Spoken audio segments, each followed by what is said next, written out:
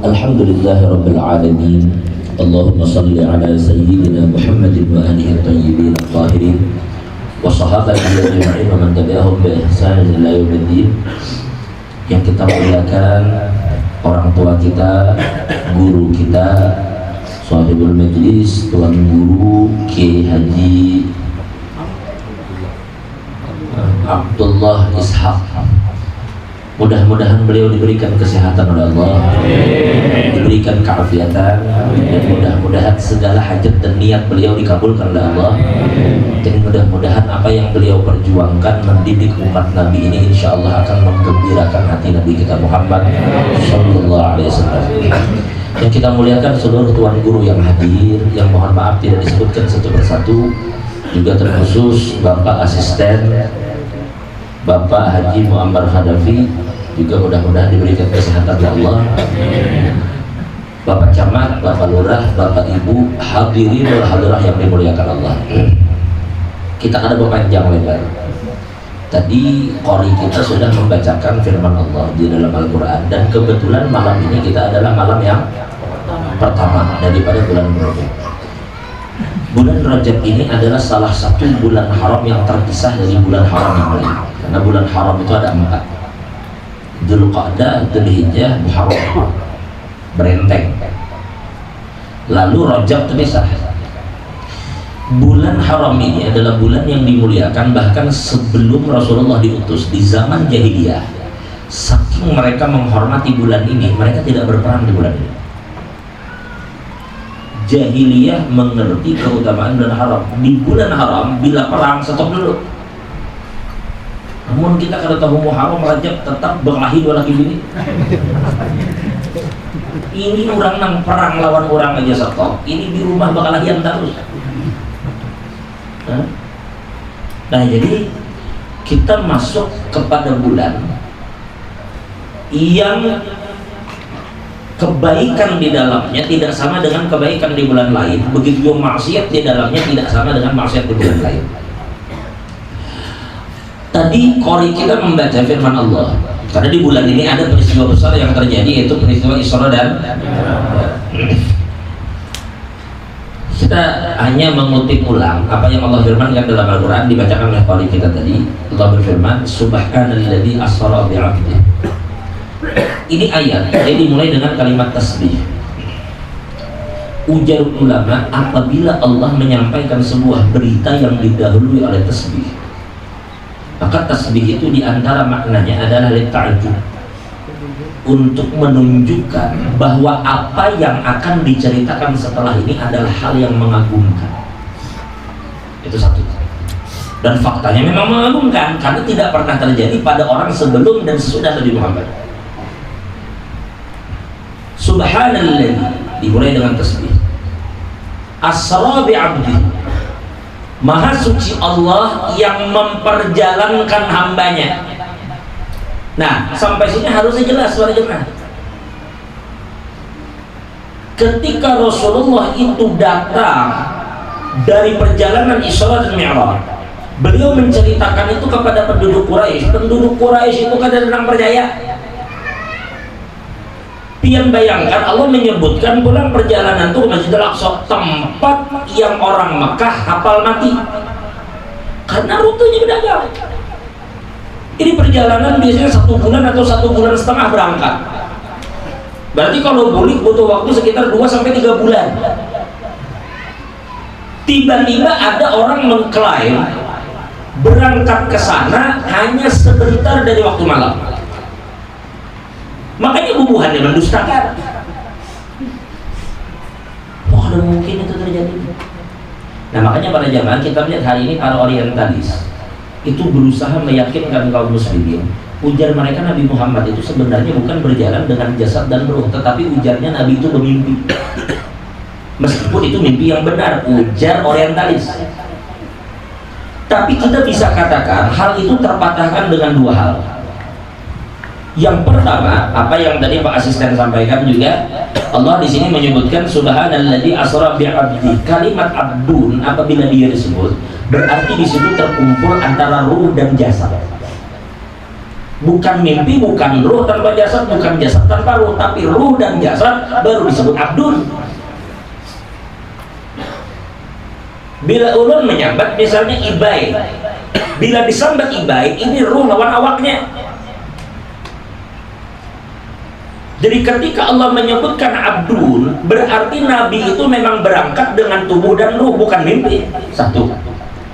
Yang kedua, para jemaah, pian tahu, ini peristiwa Isra ini adalah peristiwa yang paling menggemparkan masyarakat Mekah. Masyarakat Mekah itu ribut. Iya, mereka berbondong-bondong mendatangi Sayyidina Abu Bakar, tuh lihat kawanmu, kamu kan selama ini percaya dengan dia. Nah sekarang aku beritahu kamu, itu temanmu itu mengaku tadi malam beliau berangkat ke Masjidil Aqsa, naik ke langit, kembali lagi, hanya waktu kurang dari semalam. Sedangkan kamu kan pedagang, kamu kan sering ke Palestina. Tuh, sekarang apa komentarmu terhadap kawanmu itu? Nang kada sampai semalam mengatakan tulak dengan jarak yang begitu jauh, bulik di malam yang sama. Bahkan Abu Bakar bertakut, ujar sidin nang bakandir itu siapa? Nang bepadah bahwa berjalan secepat itu siapa? Ujar buatnya tuh Muhammad, maksudnya Nabi kita Muhammad yang bicara itu. Oh, ujar Sayyidina Abu Bakar, kalau memang yang berbicara itu adalah Nabi Muhammad, aku percaya. Jangankan ke Palestina, andai kata ada jarak yang lebih jauh dari itu dengan waktu yang lebih singkat dari itu, aku percaya sih. Nah, karena beliau membenarkan setiap berita yang datang dari Nabi, makanya beliau disebut dengan As-Siddiq, orang yang selalu membenarkan apa saja yang dibawa oleh Nabi. Logikanya para jamaah, perhatikan baik-baik. Kenapa terjadi pengingkaran besar dari orang-orang Quraisy? Itu karena Nabi bercerita perjalanan itu terjadi dengan ruh dan jasad. Jika Nabi saat itu bermimpi, bebungulan bubuhan Quraisy lamun membahas mimpi orang.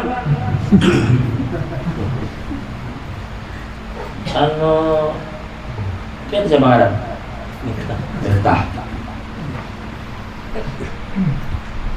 Jadi misalnya Miftah ini datang Bakesah lawan buhan majelis, bubuhannya aja. Malam tadi aku termimpi kawin lawan bebinian 18 ikut. 18 kalau tidak kawin tidak ada gambarnya 18 ikut.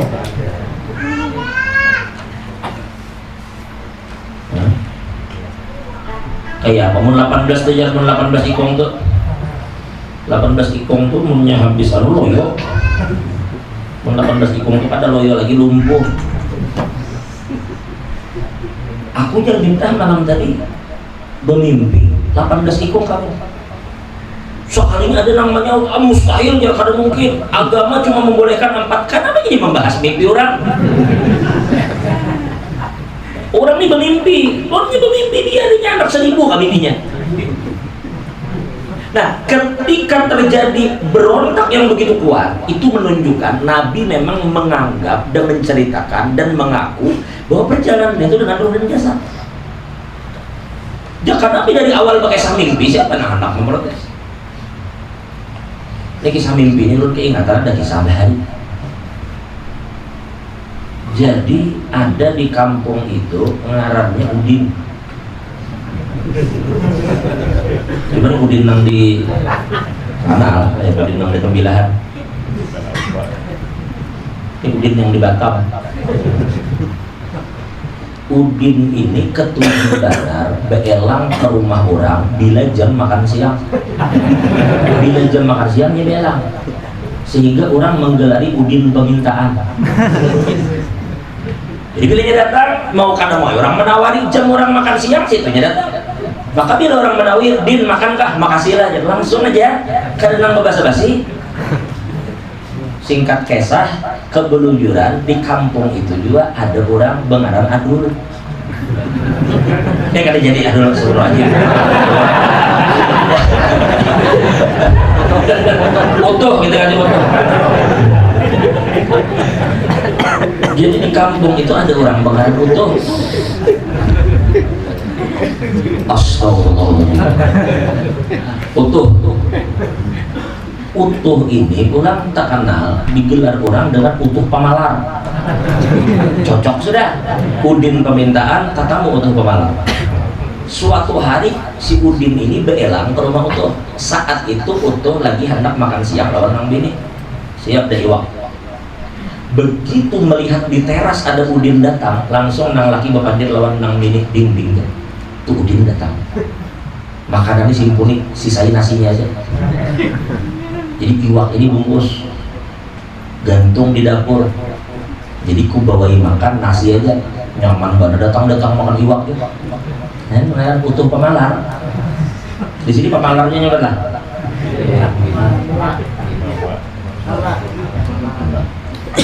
Singkat cerita masuk ke Utuh. Begitu duduk, jangan melihat ini meja nasi aja. Lalu si Utuh ini berbahasa basi. Nih iwak diamankan sudah, digantung dari dapur. Begitu duduk, ujar si Utuh, Din, kebelujuran di kami datang. Pas bana nih ya kami anak makan siang, ayo kita sama-sama. Tapi maaf bana dinaik, kami adanya nasi aja kan. Kita makan sama-sama, cuma nasi aja seadanya aja lah.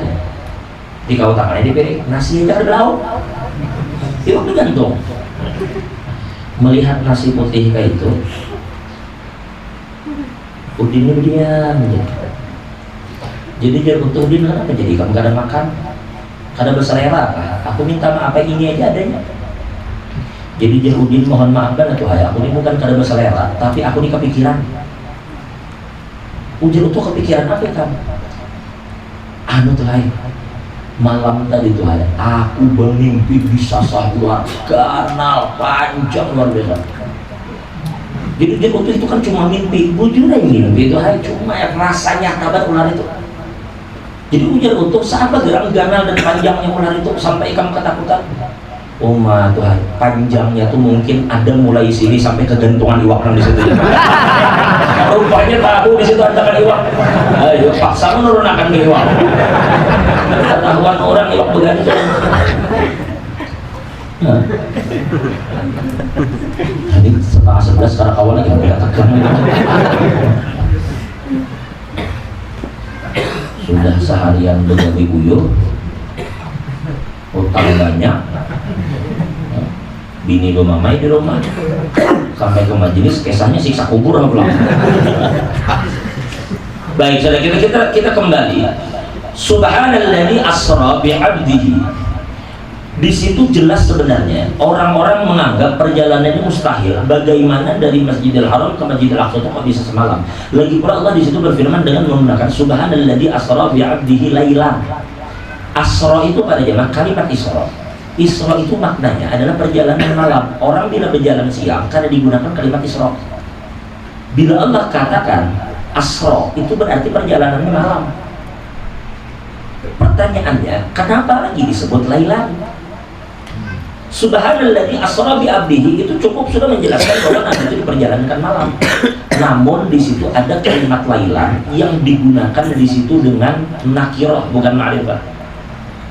Bukan al-laila. Subhanalladzi asra bi abdihi lailan, bukan al-laila.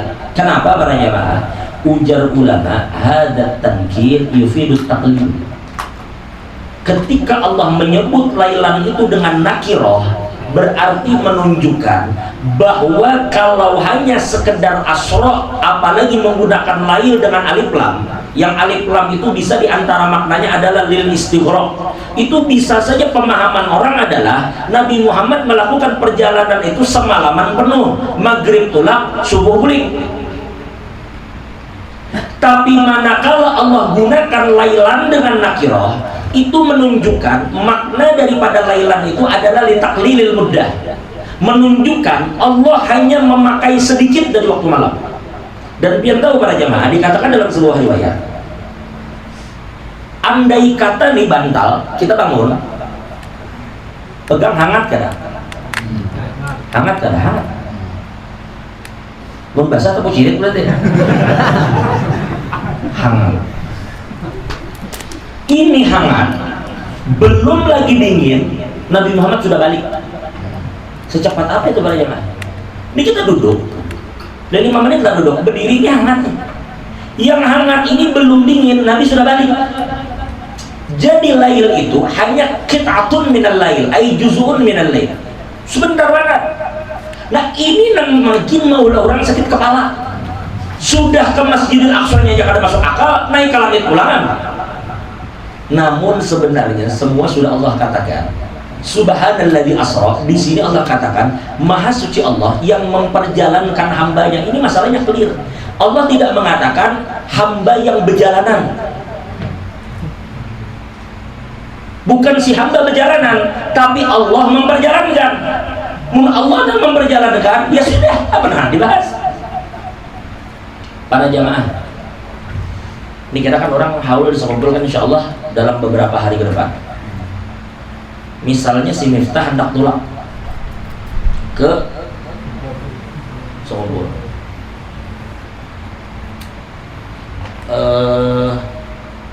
kalau misalnya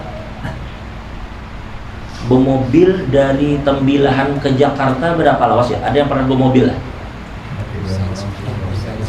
Sampai ke Jakarta sehari semalam dari Tembilahan ke baik seharian semalaman naik mobil. Kalau berjalan batis menurut dia berapa lama? Hah? Berapa lama? Sebulan. Sebulan mungkin. Jalan batis, oke.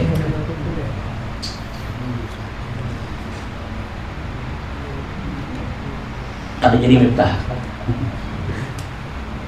ada samud ini hendak umpat hadir ke Sekumpul, lalu samud ini berjalan menuju Sekumpul, kira-kira berapa bulannya sampai? Hah? Haul tahun muka belum tentu sampai. Tadi ditolaknya 2025, akhir 2026 belum tentu sampai. Kenapa? Karena samud itu berjalan menggunakan kemampuannya. Tapi Miftah sekalinya menukar tiket pesawat dari Pekanbaru Jakarta Banjarmasin. Begitu sampai bandara, kami semalam para sampai bandara itu yang di Jambi itu ada orang menjual rambutan. Sebelum sampai bandara, Miftah menukar rambutan dan di rambutan itu ada samud.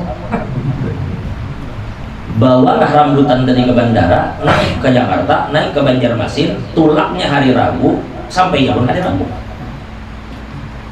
Begitu sampai di sana, dimakan buahnya, dibuang kulitnya, di pinggir jalan di Banjarbaru, telemparlah kulit, telemparlah samut.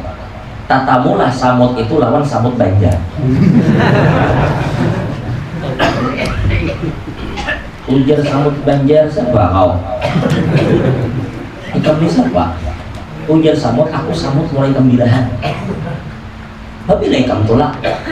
Tadi pagi ya, alhamdulillah siang ini sudah sampai. Itu, lamun kita mau ukur lawan kemampuan samut, seduniaan samut bakal mendustakan. Jauhnya mulai Sumatera ke sini kok bisa sampai? Kalau ukurannya kekuatan samut. Tapi bukan masalah samutnya. Kekuatan ini pada yang menjalankan. Makanya dimulai dengan tasbih. Ini bukan ukurannya Nabi lagi, ukurannya adalah kudrat dan kuasa Tuhan. Bila Allah berkehendak, Tuhan mampu. Nah, lalu subhanalladzi asra bi 'abdihi, ada kalimat menarik. Allah di situ jelas Nabi Muhammad ini asyraful khalqillah. Nabi Muhammad itu adalah Habibullah. Nabi itu Rasulullah, khatamun nabiyyin. Tapi tidak digunakan semua gelar itu. Digunakan kalimat abdun. Subhanalladzi asra bi'abdi. Kenapa begitu para jemaah? Sebagian para arifin mengatakan hanya Rasul yang Allah perkenankan masuk ke hadirat Tuhan. Tidak ada yang sebelum Nabi, tidak ada yang sesudah Nabi. Nabi Musa pernah meminta lawan Tuhan, Rabbi arini anzur ilaik. Karena kita bahas apa yang guru tadi katakan, Nabi Musa menyuruh Nabi bolak-balik. Ujar Nabi Musa, Rabbi arini anzur ilaik. Ya Allah, beri urut kesempatan melihat dia. Untuk melihat saja Tuhan tidak beri. Ketika Nabi Musa hendak berbicara dengan Tuhan, hanya disuruh naik ke gunung yang ada di dunia. Tidak ada orang yang pernah masuk ke hadirat Tuhan kecuali Nabi Muhammad. Ulama mengatakan, ketika Allah mendekatkan Nabi kepada Tuhan, itu adalah dalil yang paling kuat. Tidak ada manusia yang lebih ma'rifat kepada Allah lebih dari Nabi kita Muhammad. Dikatakan dalam sebuah hadis, ujar Nabi, inna a'lamakum billahi inna a'lamakum billahi wa atqakum ana. Orang yang paling kenal dengan Tuhan dan orang yang paling bertakwa, aku ini orangnya berarti. Berarti yang paling kenal lawan Tuhan Nabi. Berarti Nabi itu di Isra Mi'rajkan salah satu variabelnya, salah satu sebabnya. Bayangkan kalau kita bicara sebab, nangkis langit dengan bumi yang berdebat, ujar sebagian ulama tafsir ini dan itu banyak-banyak. Salah satunya adalah likamali ma'rifatihi sallallahu alaihi wasallam. Karena memang Nabilah yang paling sempurna ma'rifat kepada Tuhan. Pertanyaannya, dari mana kita tahu Nabi itu yang paling sempurna ma'rifat? Ujar ulama, likamali tawadu'ihi sallallahu alaihi wasallam. Dari kesempurnaan, kerendahan hati dan tawaduknya Nabi Muhammad. Ternyata para jamaah, pangkat tertinggi di sisi Allah, semakin seseorang itu total di dalam penghambaannya, semakin tinggi dia di sisi Allah. Itu tanda, ujar ulama, semakin orang itu ma'rifat kepada Allah, semakin kuat ia dalam ibadahnya kepada Allah. Semakin ia ma'rifat kepada Tuhan, semakin rendah dan tawadhu dia di hadapan Allah. Artinya tidak terjadi dan mustahil para jemaah ada orang mengaku ma'rifat tapi pembualan. Itu mustahil. Mengaku ma'rifat tapi pembualan, ketujuh meremehkan orang. Tidak terjadi. Orang-orang yang dimuliakan itu tentu orang-orang yang tawadhu, merendahkan diri di hadapan Tuhan. Nabi Muhammad itu tidak berdosa, sehari beristighfar 100. Nabi Muhammad itu kuat dalam ibadah, tapi kerendahan hati dia. Ini yang diangkat oleh Allah. Semakin hamba merendahkan dirinya, semakin dia diangkat oleh Allah. Almarhum Abah Guru Sukum pernah dihaul di dalam beberapa hari akan datang. Itu para jamaah, Ulun sering mendengar cerita dari guru-guru kita. Di antaranya Guru Mu'az bercerita, mudahan sering sehat panjang umur. Ujar Guru Mu'az, dulu Jersilin pernah ketika orang-orang datang dari Tanjung, dari Palangka, dari Banjarmasin, dari Kapuas, itu setiap minggu sore itu total pengajian itu jumlah jamaahnya puluhan ribu tiap minggu sore. Ketika itu orang-orang hadir, dari siang orang sudah datang, dudukan di situ mampar sejadah. Ketika guru keluar untuk mengajar, ketika mata Sidin melihat manusia yang begitu banyak, lautan manusia, itu ujar Guru Mu'ad, Sidin langsung angkat tangan. Apa ujar Sidin? Ujar Sidin, ya Allah, dengan berkat keikhlasan orang-orang yang datang menuntut ilmu ini, nah orang-orang yang baik ini, nah orang-orang yang soleh ini, nah orang-orang ikhlas ini, nah dengan berkat mereka ya Allah ampuni dosa ulun, dosa orang tua ulun, anak bini ulun, jiran tetangga ulun, murid dan anak angkat ulun, serta kaum muslimin muslimat. Jadi beliau menganggap orang mulia lalu bertawassul dengan itu semoga dosa diampuni. Padahal orang-orang yang puluhan ribu hadir itu jelas diantara maksud hadirnya adalah hendak mendapatkan keberkahan dari guru. Tapi perasaan Sidin bukan Sidin yang mulia, orang yang mulia. Coba kalau biar ada pada jamaah Al-Quran atau dalail yang dikeluarkan Al-Zahra, di situ kan guru menganukan syarat kan? Kalau ulun kada khilaf, entah itu di Quran atau di dalail, coba kita biar cek. Kalau tidak khilaf di dalail atau mungkin di Quran. Ketika beliau memperkenalkan diri Sidin sebelum sampai kepada sanad-sanad beliau ke guru dan ke atasnya, itu beliau memperkenalkan diri dengan menggunakan kalimat qala ahqarul wara Muhammad Zaini bin Abdul Wahab. Itu beliau katakan, berkata manusia yang paling hina Muhammad Zaini bin Abdul Wahab. Perasaan Sidin itulah manusia paling hina. Perasaan Sidin. Tapi hari ini lihat perjalanan. Orang yang hadir haul lebih 4 juta datang mendoakan. Tuh mulai kota baru itu mulai Batu Licin nyebrang ke kapal, mulai kota baru tuh nyebrang pulang ke pulau. Bubuhannya panen durian tuh dikirim ke Martapura, dibagi-bagi segitu orang yang datang haul. Ada daerah namanya Sangatta itu jaraknya dari Martapura masih 20 jam. Di situ rest area sudah dibuka, memberi makan siapapun yang lewat daerah ini untuk menuju kumpul. Bila ini akan ada makanan, bila ini hendak istirahat, bila motor bocor, bila mobil bocor, bila mesin rusak, hubungi, bubuhannya datang 24 jam dimanapun orang berada. Cinta masyarakat luar biasa kepada orang yang selama hidup Sidin merasa dialah yang paling hina, beliaulah yang paling hina. Tapi lihat, man tawadhu'a lillah rafa'ahullah. Orang apabila merendahkan diri karena Allah, Allah pasti angkat orang itu. Jelas kira-kira? Oke. Subhanalladzi asra bi'abdihi lailan minal masjidil haram ila masjidil aqsa. Oke. Perjalanan ini dimulai dari Masjidil Haram. Ada riwayat mengatakan dari Ummu Hani, ada yang mengatakan dari Hijr Ismail. Terjadi perbedaan pendapat. Intinya dari kota Makkah. Perjalanan ini para jemaah dari masjid ke masjid. Nanti kalau kita berbicara dari sudut pandang suluk, ulama mengatakan ketika Nabi Muhammad akan diisrakan, itu dada beliau di belah, hati beliau di. Ada kalimat menarik, pembasuhan dada Nabi dengan menggunakan zam-zam. Oleh sebagian orang dipahami untuk mencuci hati Nabi. Tapi ada satu pandangan menarik, apa dia? Dia katakan bahwa sebenarnya air zam-zam itu dibasuhkan ke hati Nabi Muhammad bukan untuk membersihkan hati itu, karena ini adalah hati yang suci. Rasulullah itu suci zahiran wa batinan.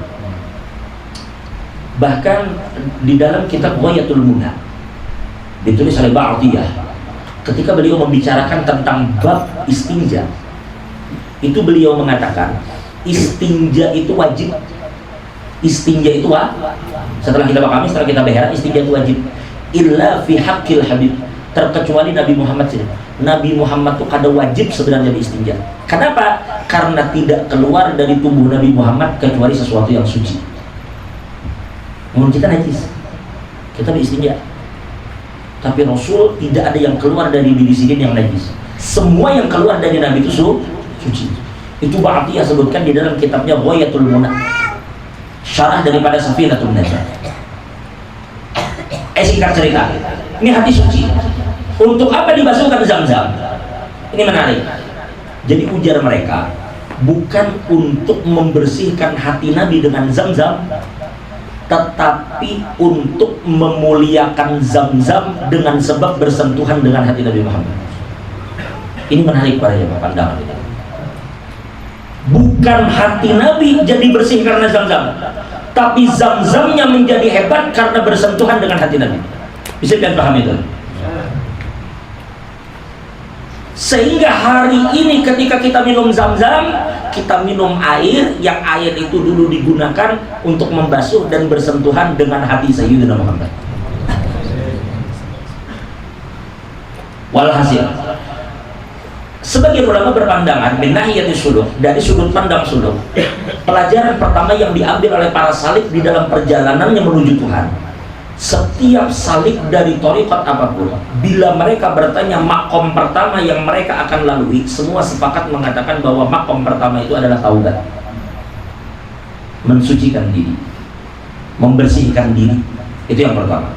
Walhasil, perjalanan dari Masjidil Haram ke Masjidil Aqsa. Di dalam perjalanan menuju Aqsa, Allah berfirman lanjutannya, Subhanalladzi asra bi'abdihi lailan minal masjidil haram ilal masjidil aqsa alladzi barakna haulahu, ya kan?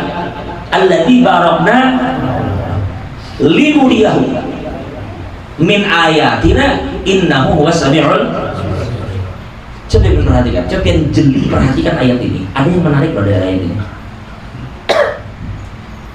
Allah merubah domir di sini.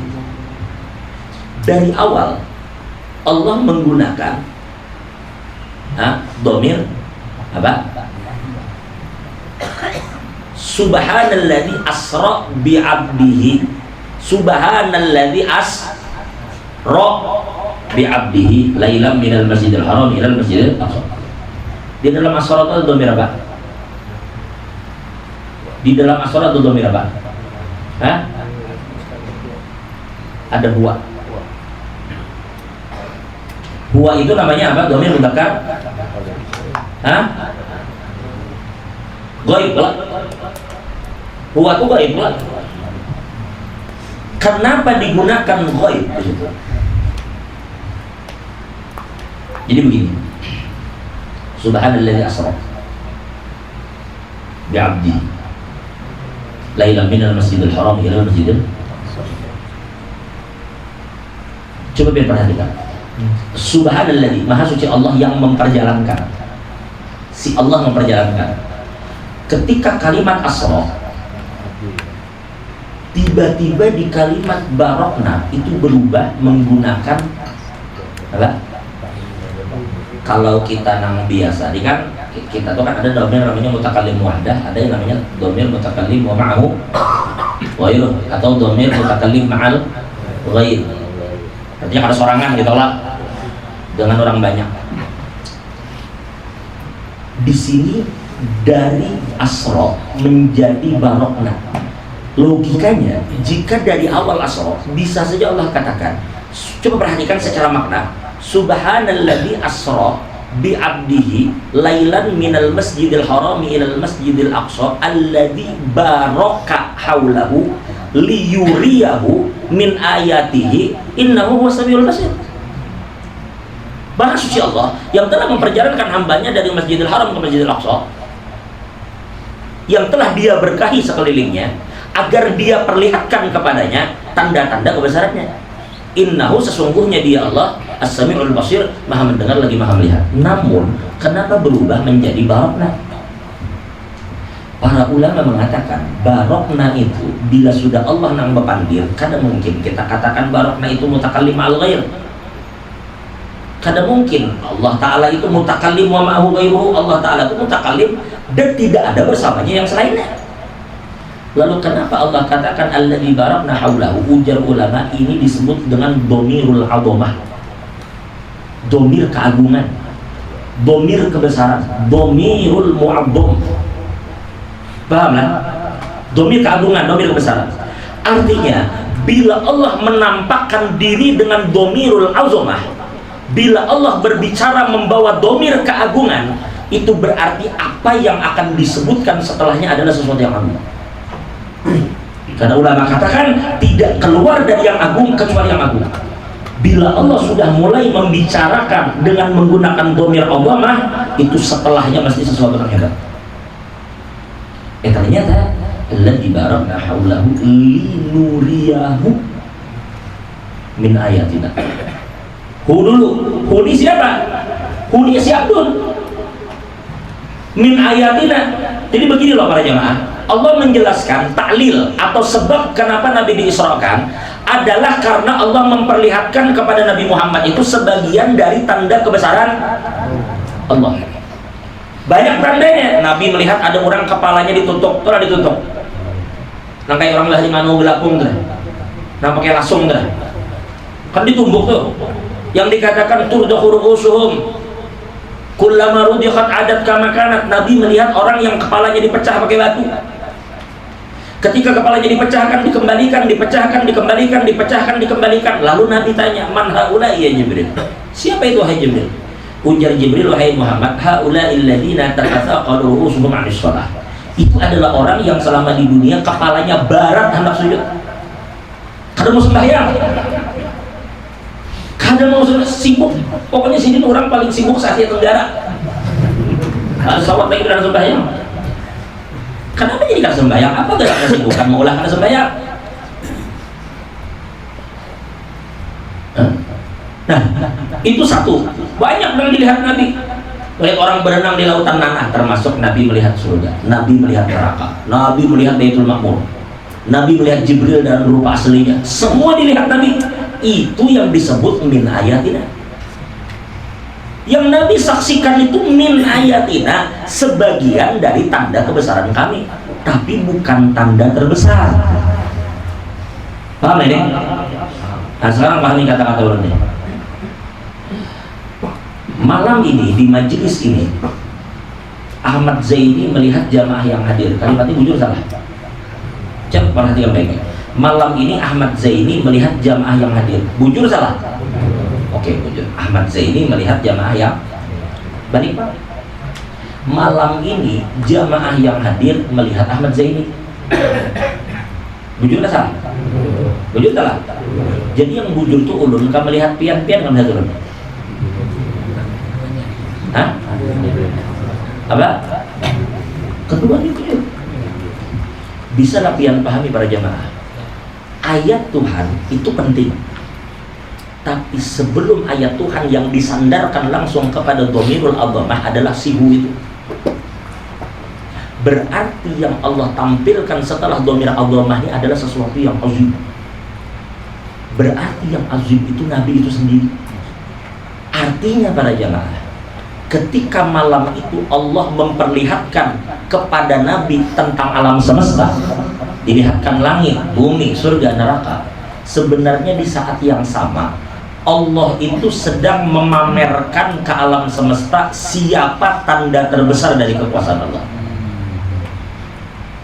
Bukan hanya Nabi melihat alam, tapi alam menyaksikan siapa Nabi Muhammad sallallahu alaihi wasallam. Jika semua itu adalah min ayatina, nang ini adalah ayatul kubro. Nah, apa ujar Imam Busiri dalam Burdah? Wa man huwal ayatul kubra li mu'tabirin wa man huwa ni'matul uzma li mughtanimi. Mana ayatul kubra? Siapa tanda terbesar? Siapa nikmat terbesar? Nabi itu orangnya. Lalu orang tahu siapa Nabi Muhammad. Bukan hanya Nabi melihat nang itu, tapi nang itu menyadari siapa Nabi. Bisa dipahami bagaimana? Ada seorang pakar tafsir mengatakan Al-Quran itu ujar beliau subhanallah. Beliau katakan, saya telah berkecimpung dalam tafsir itu lebih dari 50 tahun. Setiap kali beliau saya baca ayat Al-Quran dengan ayat yang sama berulang-ulang dalam setiap hari, itu kadang dalam setiap bacaan itu melahirkan pemahaman yang berbeda. Sehingga saya sadari Al-Quran itu dia seperti intan yang dikating. Kalau dikating, intan itu di apa? Dikating itu dipotong-potong sehingga jadi seperti kristal dengan potongan yang presisi yang bagus. Dari sudut manapun pian melihat itu menampilkan cahaya yang berbeda-beda ini. Sebenarnya objeknya sama, tapi cahaya yang ditimbulkan begitu Al-Quran. Hari ini dia memberikan pemahaman yang seperti ini, besok akan lahir pemahaman baru. Tidak akan pernah selesai untuk digali. Hanya Al-Quran nughina la ghina dunahu wa la faqra ba'dahu. Baik, itu yang pertama. Jadi Rasulullah itu bukan hanya diperlihatkan tentang kebesaran Tuhan, tapi yang lain melihat bahwa Nabilah yang terbesar. Kita percepat, ini sudah jam 11. Kita sampai jam 3 lah. Urut sebenarnya hendak aja bangun.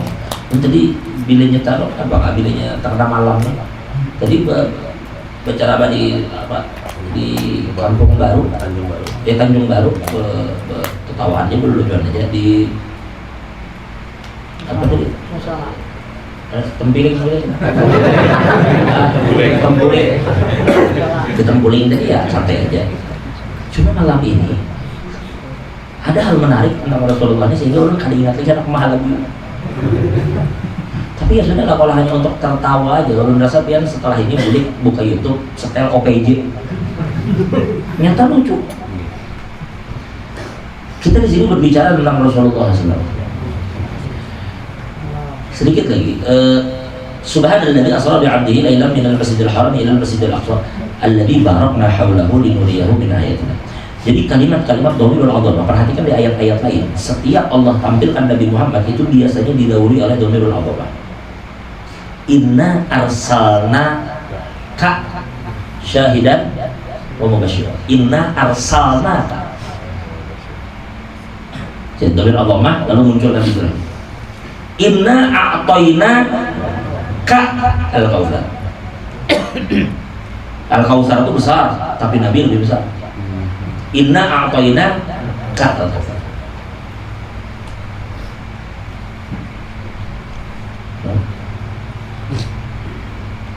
Jadi selalu begitu. Lalu kemudian subhanalladzi asra bi 'abdihi lailan minal masjidil haram ila al masjidil aqsa alladzi barakna haulahu adalah linuriyahu min ayatina. Ada kalimat di situ alladzi barakna haulah. Allah tidak mengatakan Masjidil Aqsa yang diberkahi. Masjidil Aqsa itu jangan ditanya, itu pasti sudah berberkat. Bukan Aqsanya yang berberkat, tapi sekitarnya berberkat. Kenapa sekitarnya berberkat? Dengan sebab berkat Aqsa. Berarti ini mambaul barakah, tempat keluarnya berkat dari Aqsa. Ini ketika ulun pernah mengikuti muktamar di Istanbul.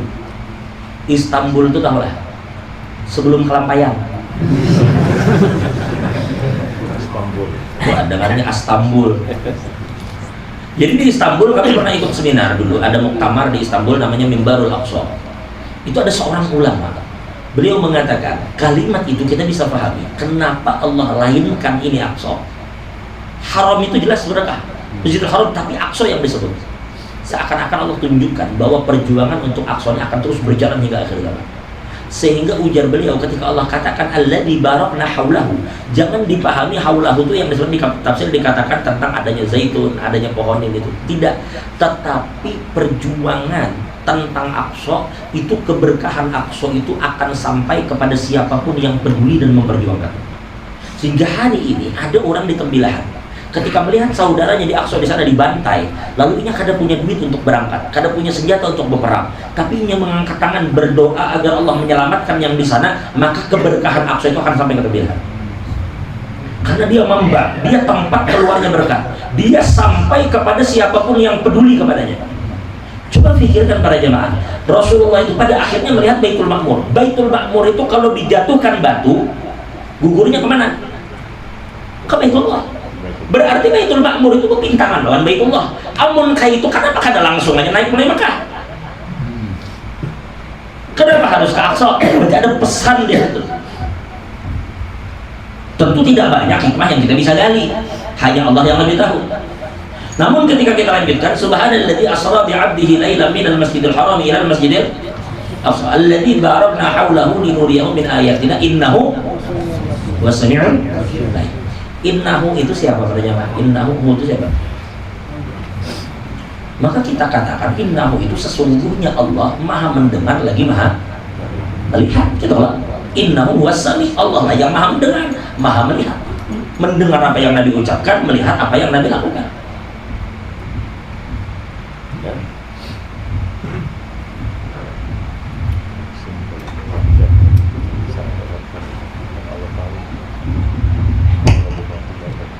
Ada satu pandangan disebutkan oleh Sayyid Muhammad bin Alwi Al-Maliki. Sayyid Muhammad bin Alwi Al-Maliki ini adalah salah seorang muhaddits yang berasal dari Makkah, dari keluarga Nabi, dari bangsa Sayyidina Hasan. Beliau mengatakan ada pandangan sementara mufassirin, tidak kita katakan mayoritas, tapi ada para mufassirin yang berpandangan innahu huwas sami'ul basir. Itu bukan sesungguhnya dia Allah maha mendengar lagi maha melihat, tetapi innahu itu dikembalikan kepada Nabi Muhammad. Pahamlah? Innahu sesungguhnya dia Muhammad di saat itu sami'un basir. Huwas sami'ul basir. Kenapa? Pertama ujar Sidin,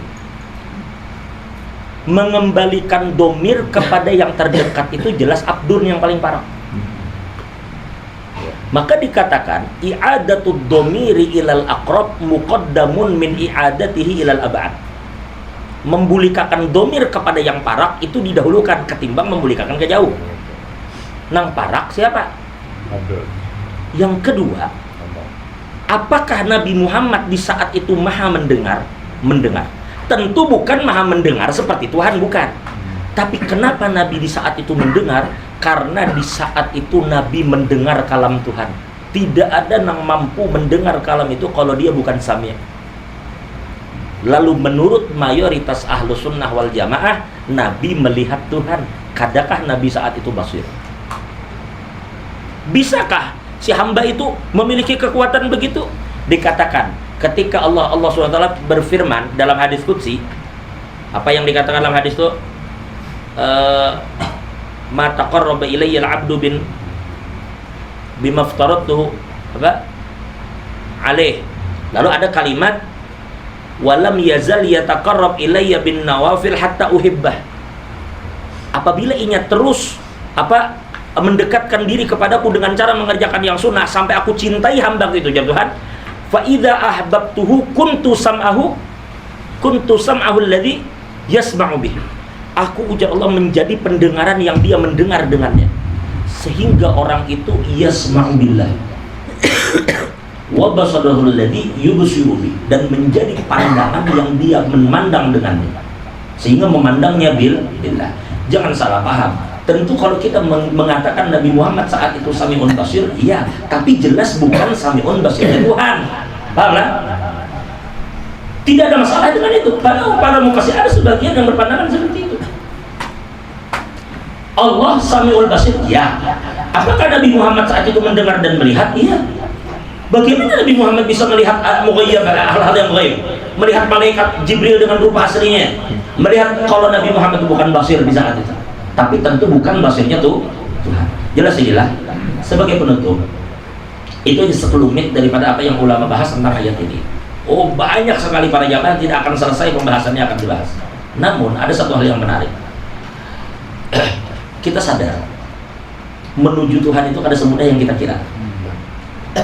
Nah, untuk mencari keridhaan Allah, kita perlu Nabi yang menunjukkan jalan.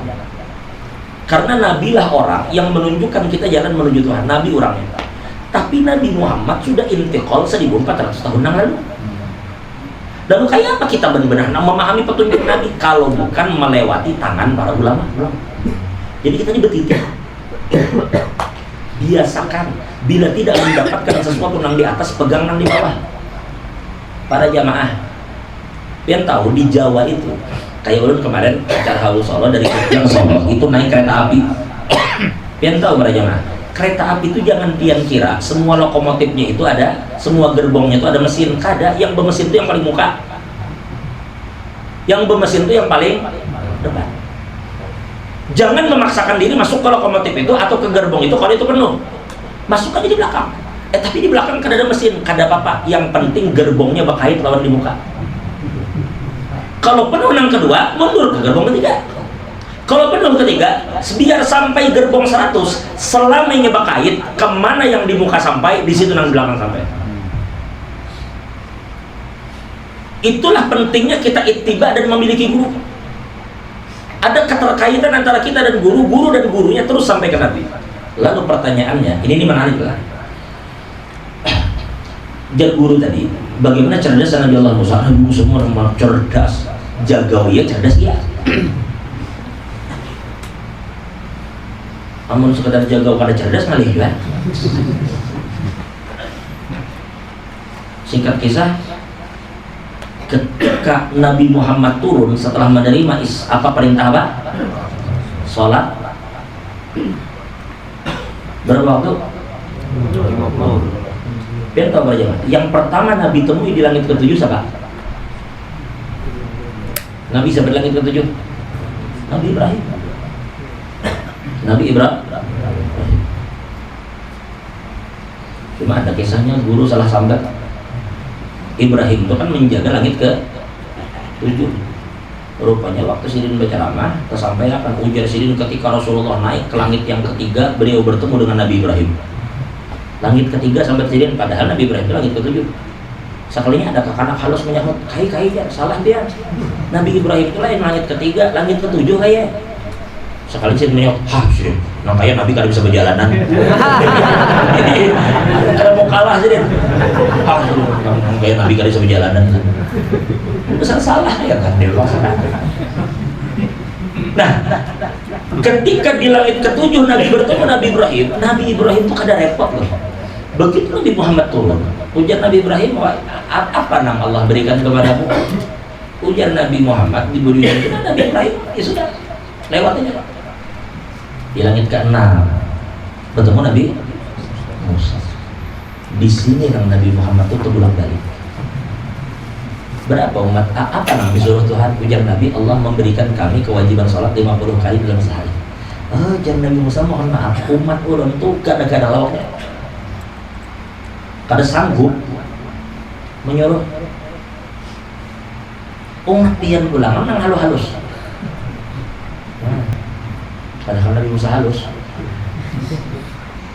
Bujur ya umat Nabi Muhammad ini awak halus, cuma anak racap. Halus tapi mahir.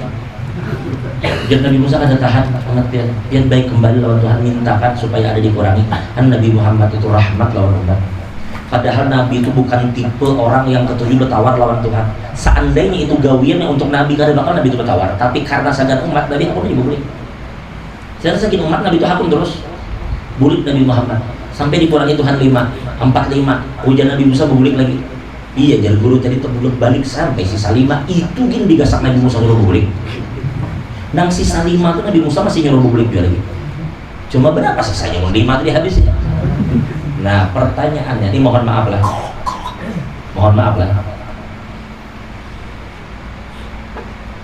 Nabi Muhammad itu Nabi Musa itu mulia ya, Nabi Musa itu mulia lah. Oke, sangat mulia. Namun para jamaah, semulia-mulianya Nabi Musa itu tetap tidak sama dengan Nabi Muhammad. Makanya Imam Ibnu Ruslan di dalam Zubat ketika mengatakan tentang Nabi Muhammad, ujar sidin faddalahu ala jami'i man siwa fahuwa syafi wal habibu lillah. Nabi Muhammad itu habib. Nabi Ibrahim khalil. Beda. Khalilullah itu Nabi Ibrahim itu kekasih Tuhan juga. Habibullah itu kekasih Tuhan juga. Kenapa bedanya? Nabi Ibrahim itu ketika beliau diangkat jadi kekasih, sini itu diuji Tuhan dulu. Setelah sini diuji Tuhan, lalu lulus dari ujian, baru jadi habib, baru jadi kekasih. Berarti wajadal khullata ba'dal imtihan, mendapatkan gelar kekasih setelah diuji. Wa amma nabiyuna Muhammad ja'alahu Allahu habiban minal ibtida tafaddulan lahu sallallahu alaihi wasallam. Nabi Muhammad itu dari awal Tuhan jadikan sidin kekasih sebagai bentuk kasih sayang Allah kepada Nabi sallallahu alaihi wasallam. Yang kedua, ketika Nabi Ibrahim dapat gelar cinta dari Tuhan, nang dapat sidin dari sorangan. Umat sidin kada. Cuma sidin yang jadi kekasih Tuhan. Tapi umat Nabi Muhammad, ketika Nabi mendapatkan cinta, umat Nabi pun bisa dapat lewat Nabi. Umat Nabi bisa dapat cinta Tuhan lewat Nabi. Buktinya Allah berfirman dalam Al-Quran, Qul in kuntum tuhibbunallah fattabi'uni yuhibbukumullah wa yaghfir lakum dzunubakum. Ikuti Nabi, Allah cintai pian. Berarti pian bisa juga dijadikan kekasih Tuhan dengan cara mengikuti Nabi. Jadi Nabi mendapatkan cinta, umat sini dapat juga. Nabi Ibrahim dapat cinta, umat sini kan dapat. Nah, singkatnya, ini mohon maaf dengan bahasa inilah. Sekali dulu mohon maaf, ini hanya analogi aja lah. Analogi aja. Menurut pian, seberani apa sih Nabi Musa tuh menyuruh Nabi bolak-balik?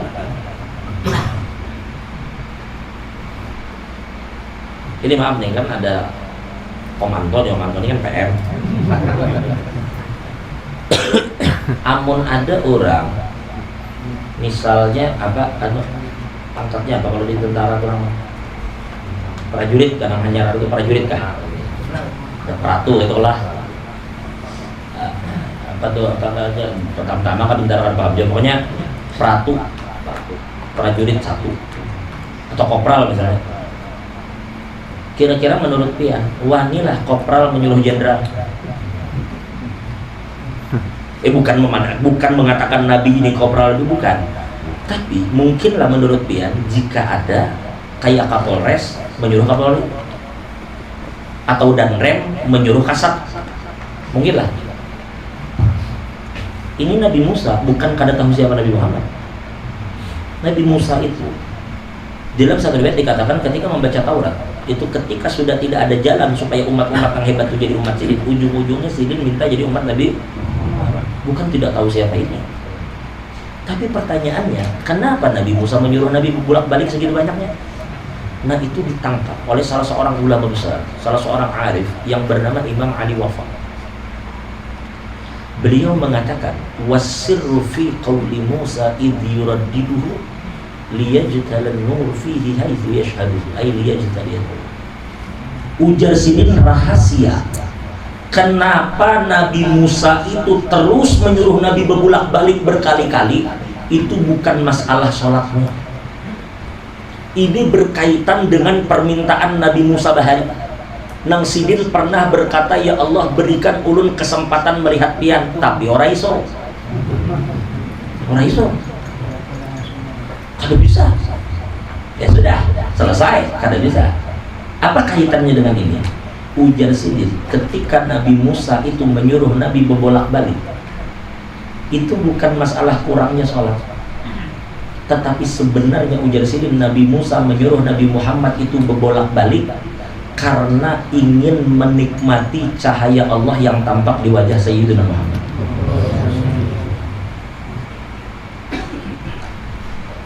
Hah? Ini yang dikatakan laura'an apa dikatakan? Apa nang lau absara syaitan tal'ata nurihi fi wajhi Adam lakana awwalu man sajad. Kalau syaitan itu mampu melihat cahaya Rasul yang ada di wajah Nabi Adam, niscaya jadilah syaitan itu orang yang pertama sujud kepada Adam. Lau absara syaitan, kalau dia lihat, tapi dia tidak lihat. Aulau ra'an namrudu nura jamalihi fi wajhi apa? Aulau ra'an namrud nura jamalihi abadal jalila ma'al khalili bila alam. Seandainya Namrud melihat cahaya Rasul yang tampak pada diri Nabi Ibrahim, niscaya Namrud itu tidak akan berani mencelakai Ibrahim, tetapi akan bersaing beribadah dengan Nabi Ibrahim. Tapi sayang sekali, walakin jamalullah fala yura illa bifadlin minallahi subhanahu. Tapi sayang, cahaya itu tidak Allah perlihatkan terkecuali kepada orang-orang yang dikehendaki oleh Allah Subhanahu wa ta'ala. Nah, artinya para jamaah, jika sekelas Nabi Musa saja menjadikan Nabi Muhammad sebagai perantara untuk menikmati itu, ujar Imam Ali Wafa, maka kenapa kita masih mencari yang lain selain Nabi kita Muhammad? Cukup bagi kita Nabi. Biar kada perlu repot memikirkan tentang hal yang tinggi-tinggi. Ada seorang ulama dari kota Huraidah bernama Al-Imam Ahmad bin Hasan Al-Attas. Al-Imam Ahmad bin Hasan ini adalah perguruan daripada Datuk Kashful yang ada di Martapura. Salah satu perguruan sini, sejaman dengan daripada Habsyi. Al-Imam Ahmad bin Hasan Al-Attas itu pernah ditanya oleh seseorang, wahai imam, kami bila sembahyang itu kira-kira perlulah membaca doa ini wajah tu wajhiya lilladzi fatara samawati wal ardi. Ulun membaca inna sholati wa nusuki wa mahyaya, perlulah ulun baca.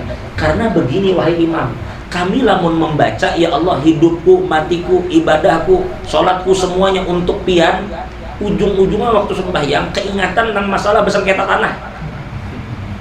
Padahal sudah berpandit, ini wajah tuh aku hadapkan ya Allah diriku, zahir batin ulun hadapkan ke pian, sekalinya sembahyang mahayal. Inna sholati wa nusuki wa mahyaya wa mamati lillah, sekalinya ujung-ujungnya macam-macam yang dikehendaki dalam sembahyang. Wahai imam, kada usah ulun baca ginilah, karena ulun takutan bila membaca akhirnya mendustai Tuhan. Jadi anu palsu, apa namanya? Kesaksian palsu. Apa jawaban Sidin? Jawaban Sidin baca. Jangan kada dibaca, baca. Kenapa? Ujar Sidin baca, tapi jangan kamu jadikan bacaan itu sebagai ikrar. Tapi baca itu karena Nabi Muhammad membaca itu. Karena Nabi membaca, aku membaca. Rana yang harus dipikirkan oleh Nabi. Menjelaskan itu dalam sholat tuh kayak apa hudurnya hati, kayak apa hakikat ikhlas. Kamu harus memikirkan itu. Kenapa jadikan berdoa? Karena Nabi berdoa, titik. Kenapa kamu berjamaah? Aku berjamaah karena Nabi berjamaah, selesai. Ya Allah katakan tadi, kalau itu dia lakukan dengan mengikuti Nabi, yuhibbukumullah wa yaghfir lakum dzunubakum. Sudahlah, pada saat terlalu diulah repot para jamaah. Umat Nabi Muhammad ini yang penting mau aja mengumpati Nabi, insyaallah selamat di barat. Mudah-mudahan selamat barat. Dan yakin aja umat Nabi itu ada yang selamat aja barat. Dan surga Tuhan itu luas saja, tenang aja. Jauh luas surga Tuhan daripada tembilahan. Namun tembilahan ini mungkin kadang muat. Lamun surga Tuhan itu luas, kalau sana bakal kaplingan. Siapa aja Tuhan bisa masukin ke surga, luas. Jadi berbaik-baiklah kepada sesama umat Nabi Muhammad, berukun-rukun, saling mendoakan, saling menyayangi, saling menolong, jangan zalim. Sebagai penutup, kita ini para jamaah kadang-kadang ada berdosa. Kadang-kadang ada berdosa. Semua kita berdosa. Cuma kita ini ditutupi Tuhan aib mana ya? Bahkan ditutupi Tuhan aib. Mudah Allah tutupi aib kita dunia dan akhirat. Maka untuk menjadikan aib itu tetap tertutup, jangan pernah membongkar aib orang. Man satara musliman satarahullah yaumil qiyamah. Orang yang menutupi aib orang Islam di dunia, dia akan ditutup aibnya di hari kiamat. Dan kita manusia ini kadang mungkin kada berdosa. Mesti berdosa, sengaja atau kada sengaja. Cuma berusahalah para jamaah untuk tidak berdosa yang berkaitan lawan makhluk. Bisa dipahami tidak? Bukan meremehkan mabuk atau dusta, tapi apapun yang ia lakukan itu antarinya dengan Tuhan, harapan diampuni itu besar. Tapi kalau lawan makhluk, biar hati-hati lah. Darah orang biar jangan tumpah, fisik orang biar jangan sakiti, harta orang biar jangan rampas, tanah orang jangan biar kuasai sembarangan, kehormatan orang jangan biar rusak, aib orang jangan biar buka. Itu tiga apabila pian lakukan, Allah akan menangguhkan ampunan sampai pian selesaikan urusan dengan makhluk itu. Ini masalah serius. Masalah dosa dengan makhluk itu di dalam kitab disebut dengan namanya tabiat. Tabiat itu adalah dosa yang berkaitan dengan makhluk.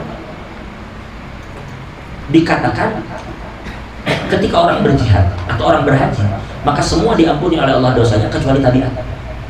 Karena tabiat itu berkaitan orang. Apabila hendak diampuni dosa mencuntan tanah orang, bulikakan orang. Biar 1000 kali baca istighfar tanah orang ada dibulikakan. Bulikakan. Nah, mudah-mudahan ini dipahami para jemaah. Cukup sudah, ini Allah Subhanahu sudah. Mudah-mudahan Allah mengampuni dosa kita. Allah tutup segala dan kekurangan kita. Cukup bagi kita Nabi kita Muhammad. Dan cukup bagi kita siapapun yang berjalan di dalam jalan Nabi Muhammad. Maka kita berpegang, alhamdulillah di sini ada Datuk Abdul Rahman. Di Martapura ada Datuk Alampuya. Di Jawa setiap tempat itu ada wali-wali Tuhan. Yang Tuhan utus untuk menyelamatkan manusia. Wa ma kunna mu'adzibina hatta nab'atha Rasulullah. Tuhan kirim utusan-utusan, baik berupa Rasul, berupa Nabi, atau berupa ulama yang memperingatkan umat. Selalu ada para khalifah-khalifah Rasul. Mudah-mudahan Allah rukunkan kita semua. Mudah Allah berkahi tembilahan ini. Doakan sekali lagi Guru Abdullah, mudahan sehat panjang umur. Kita para jamaah tidak bertemu dengan guru-guru tua dulu di dalam pagar, tetapi Guru Abdullah bertemu. Itu mata pernah memandang guru-guru tua dulu dalam pagar. Ada namanya musalsal bil ru'yah. Memandang orang, memandang sampai ke Nabi itu ada musalsal bil selain daripada musalsal bil musafahah. Maka adanya talaki seperti ini, belajar seperti ini, di antara hikmahnya adalah kita memandang mata yang pernah memandang gurunya dan terus sampai ke Nabi. Aku bersyukurlah kepada Allah. Jadi kita berdoa mudah-mudahan pesantren beliau yang beliau katakan tadi, mudah-mudahan ada orang yang terbuka hatinya untuk bawa kapal. Itu tanah para jemaah. Tanah itu ketika pian berikan untuk pesantren seperti itu, mati dia, sampai kapanpun pahalanya akan mengalir. Apalagi itu digunakan untuk menuntut ilmu. Itu kesempatan yang luar biasa sebenarnya para jamaah bagi orang-orang yang banyak diisi tanah. Tanah itu pian bagi kada bagi, ini pasti akan terbagi. Kalau pian mati, bini mewaris, anak mewaris, pasti itu. Ini nang pian kalau bahasa Samarinda itu meroboh. Kalau bahasa ini apa? Meroboh itu maksudnya orang bahari kan membuka lahan. Bilingnya banyak lahan dibuka sih itu juga tanahnya. Ya lah, kayak orang transmigrasi lah. Banyak diisi tanah beratus-ratus hektar. Coba tanggungan 3 hektar berikan, kadang merugikan pian dia. Pada akhirnya pian kadang akan menghabiskan ratusan hektar itu kemana? Dibagi anak cucu. Dan ulun bisa para jamaah menyaksikan. Naudzubillah min dzalik. Kita tidak menyebut nama pada gibah. Tapi ada orang hampir betikaman gara-gara merabutakan warisan kuitan. Ini saudara loh, bukan sepupu. Itu harta itu direbutkan. Mati orang sugih tadi, mati ija lakinya, bininya mungkin aja dikawini orang. Atau mati bebinian, mungkin aja lakinya dikawini orang. Inya yang mencari harta, orang yang menikmatinya. Tapi tanah itu berjalan, manakala dia keluarkan apalagi untuk pesantren itu, maka bergembiralah dia. Seumur hidup itu berjalan. Digunakan orang untuk mengaji, digunakan orang belajar. Lulus dari satu orang, berilmuinya, tulak inya ke sana ke Sungai Baru tadi. Apa tadi? Tanjung Baru. Nang seikung tulakinya kerengat sana, nang seikung bulikinya ke tekan baru sana. Bulikinya membangun pondok pulang bisi 500 pulang satu. Kada kan mengalir terus balik. Ya terus, kalau memang pian punya harta, sisihkan harta. Kalau pian kada punya harta, gunakan tenaga. Bila kada punya tenaga, minimal untuk membicarakan. Jangan sudah menyumbang kada, tenaga kada muntung piannya. Kenapa aku ya muntung? Mana sudah membantu kada menolong kada? Untuk harus. Nah, jadi mudah-mudahan Allah Ta'ala segera insya Allah mudah-mudahan dimudahkan karena ini beginian terkumpulan di sini siap. Ya kalau nyepu sudah diistilahan insya Allah berjalan karena pada akhirnya percaya aja lah. Pada akhirnya tanah itu pasti akan didapatkan juga. Cepat atau lambat tanah itu insya Allah akan ada. Pian umpat terlibat atau kada tanah itu akan ada berjaya. Cuma maksudnya kapan lagi kita melibatkan diri? Bila pun mendengar oh Gurabullah ternyata ada pelebaran lahan, beliau menukari misalnya tanah di situ 3 hektar menambahi dibuka lelang, ayo umpat. Karena pian kada umpat, sebenarnya pian kada umpat itu pada suatu hari akan lunas seperti aja. Lunas pasti. Tapi kapan pian hendak umpat andil? Ini waktunya waktu pian hidup. Orang yang sudah mati itu para jamaah dikatakan apabila dia dibangkitkan lagi, inya minta lawan Tuhan sedikit aja, ya Allah bangkitkan urun satu umat aja, bukan untuk salat, bukan untuk puasa, untuk bersedekah. Mbah tuh mati ya lagi. Saking besarnya karunia Allah berikan bagi orang yang bersedekah. Nah mudah-mudahan ini menjadi perhatian, mudah-mudahan suatu saat Allah berikan kita panjang umur, sehat walafiat. Ulun insya Allah kembali lagi insya Allah ke tembilahan ini, mudah-mudahan tanah pesantren itu sudah ada. Amin ya rabbal alamin. Mudah-mudahan Allah sehat panjang umur sidin. Mudah-mudahan beliau selalu dalam lindungan Allah, kita dapat berkah sidin dan guru-guru sidin. Begitu juga para ulama kita, para pejabat kita, Pak Asisten, Bapak Bupati, kita doakan mudah-mudahan sidin selalu dalam lindungan Allah. Semua yang hadir mudah-mudahan semuanya diberkahi, mudah-mudahan dosa kita diampuni Allah. Mudah-mudahan aib kita ditutup Allah. Dan mudah-mudahan kita semua yang hadir kada mati dalam keadaan husnul khatimah, keadaan umur fi khair wa afiyah. Dan belum sekali lagi berterima kasih banyak. Ulun selalu berulang mengatakan bahwa ulun ketika datang ke tembilahan ini ulun kada merasa datang ke wadah orang. Karena kadang-kadang ulun acara di Kalimantan Timur saja, di kota lain selain dari Samarinda, ulun kadang-kadang bisa merasa asing atau merasa ini di kampung orang. Jadi kada terlalu betah untuk kadang-kadang akhirnya untuk kembali. Tapi ketika berada di tembilahan ini, ulun selalu katakan, ulun serasa berada di kampung saudara. Cuma ya tetap hendak bulik juga. Bulik juga. Insya Allah kami akan berangkat malam ini ke Pekanbaru, dan insya Allah besok dari Pekanbaru Jakarta untuk selanjutnya Jakarta Sepinggan. Doakan mudah diberikan keselamatan, diberikan keafiatan, mudah kita sehat panjang umur insya Allah dipertemukan Allah lagi, dan mudah-mudahan kita semua saling mencintai karena Allah, bertemu karena Allah, dan mudah-mudahan kita semua yang hadir ini diberikan husnul iman, husnul yakin, husnul khatimah ba'datul umur fil afiyah. Mudahan bahagia pada dengan haji mabrur, umrah dengan umrah makbulah, dikabulkan hajat dunia akhirat ala hadhihi wa ala kulli man wabihi sallallahu salih wa ila hadratin nabi al-Fatihah.